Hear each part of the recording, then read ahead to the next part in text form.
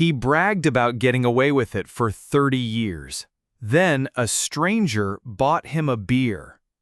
For 3 decades, the murder of Diane Culper went unsolved. She was 31 years old when she was found in the stairwell of her apartment building in Spokane, Washington, on the morning of March 14, 1994.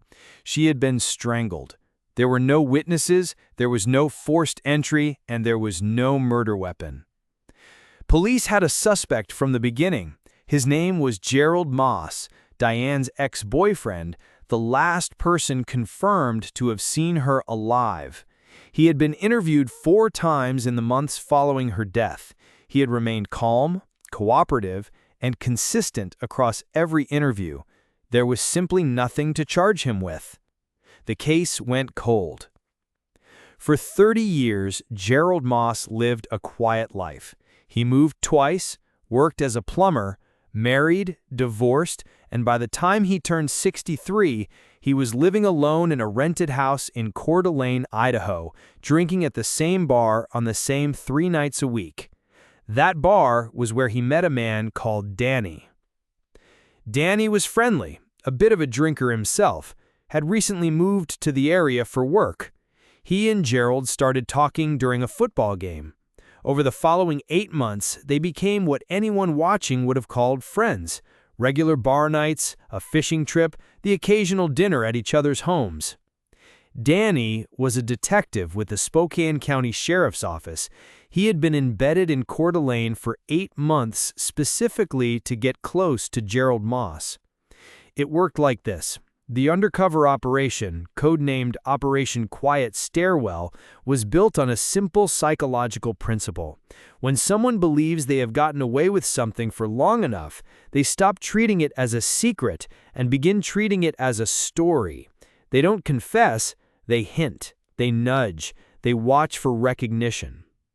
Gerald started nudging around month 5. Small things. Comments about how police never solve anything, jokes about cold cases, a comment one evening about how a man could do almost anything if he was patient enough. Danny kept drinking and kept listening. In month 7, Gerald described in enough detail to curl the blood how he had entered Diane's building using a spare key she didn't know he'd copied, how she had turned away from him toward the window, and how the thing he remembered most clearly was the silence after. He said he had never told anyone. He said it as though that were an achievement. Danny excused himself to use the bathroom and pressed the button on the recorder in his jacket pocket to make sure it was still running. It was. Gerald Moss was arrested the following Tuesday at 7 in the morning. He was still in his dressing gown when they came through the door. According to officers on scene, he didn't ask why. He just looked at the lead detective and said very quietly, "Was it Danny?" He was charged with first-degree murder and pleaded not guilty. The trial is scheduled for November. Diane Culper's sister, who has not spoken publicly in 30 years, released a single statement after the arrest. It said, "We always knew. We just needed someone patient enough to sit with him long enough to hear it."